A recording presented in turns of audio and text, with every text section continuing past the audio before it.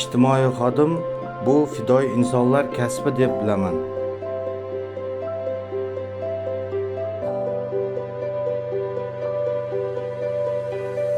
Men mashaqqatli va savobli kasbim bilan faxrlanaman.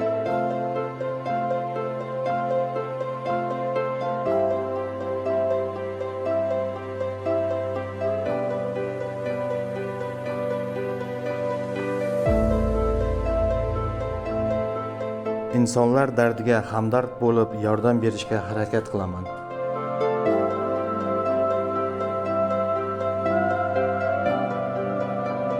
O'z tashabbusim bilan mahallaga qarashli bo'lgan 40 sotik yer maydoniga 2 bosqichli kichik ijtimoiy loyiha tashkil etib, 11 nafar kambag'al oilalar reyestrga kiritilgan fuqarolarning bandligini ta'minlashga erishdim.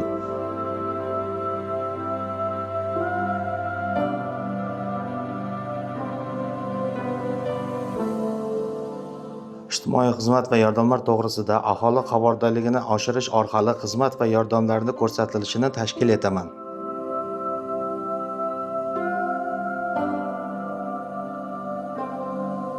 Homiylarni jalb qilish orqali xayr-saxovat ishlarida tashabbus ko'rsataman.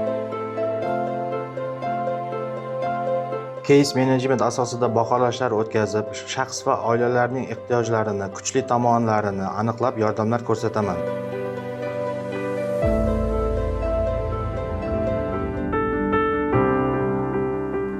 Sotsiallik xizmatkar mashg'ulotlarimda sheshude yordamlar ko'rsatdi.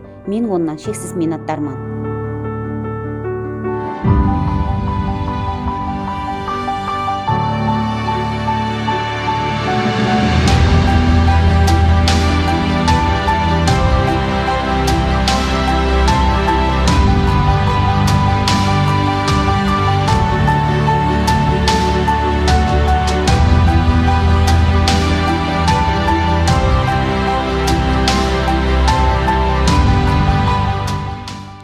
İçtimai xodim men uchun hayotga yordamchi.